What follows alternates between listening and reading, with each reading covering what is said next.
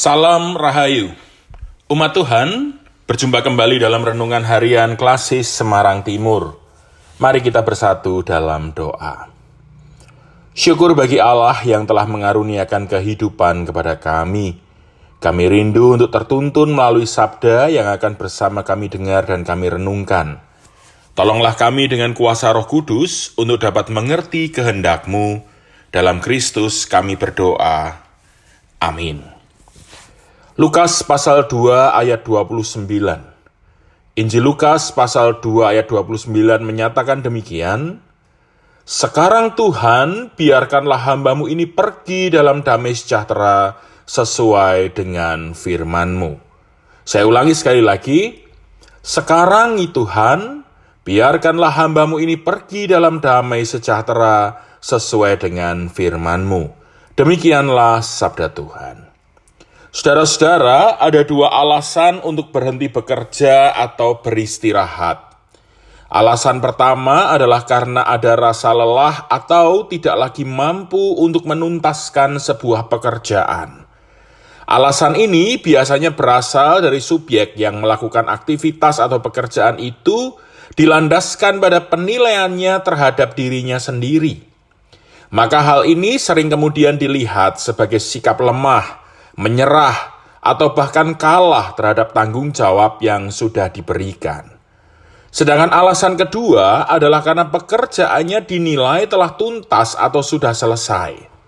Alasan ini biasanya berasal dari penilaian pihak lain, utamanya adalah dari pihak yang mempekerjakan atau yang memberi tanggung jawab itu. Alasan ini dimaknai sebagai sebuah penghargaan atas karya yang sudah dilakukan, sehingga istirahat kemudian dipandang sebagai suatu kesempatan atau apresiasi kepada yang sudah melakukan tanggung jawab itu. Bacaan kita hari ini menunjukkan ungkapan Simeon, seorang yang akrab dengan Tuhan dan diperintahkan oleh Tuhan menjadi saksi hadirnya Sang Juru Selamat. Selama waktu penantian itu, Simeon terus membangun pengharapan akan hadirnya Sang Pembawa Damai dalam kehidupan bangsa Israel. Ketika berjumpa dengan Yesus, ia memang sudah tua. Namun ia tidak merasa lelah apalagi menyerah terhadap keadaannya. Maka ketika ia berjumpa dengan bayi Yesus, Simeon sadar bahwa inilah saatnya untuk beristirahat sebagaimana firman Tuhan. Ia sudah menyelesaikan tanggung jawabnya dan Tuhan sebagai sang pemberi tanggung jawab memberinya penghargaan berupa kesempatan untuk beristirahat dalam damai sejahtera. Ungkapan Simeon yang tadi kita baca adalah ucapan syukur atas kesempatan untuk berkarya, juga peristirahatan yang dikanugerahkan oleh Tuhan. Nah, saudara-saudara, dalam kehidupan beriman, kita sering berjumpa dengan banyak peristirahatan, baik yang sementara maupun yang abadi. Yang sementara misalnya ketika pensiun, ketika harus lereh dari jabatan tertentu, bahkan juga lereh dari jabatan kemajelisan, pengurus komisi, dan sebagainya. Sedangkan yang abadi tentu adalah kematian. Pertanyaannya adalah, bagaimana kita melihat peristirahatan ini dalam kacamata iman Kristen?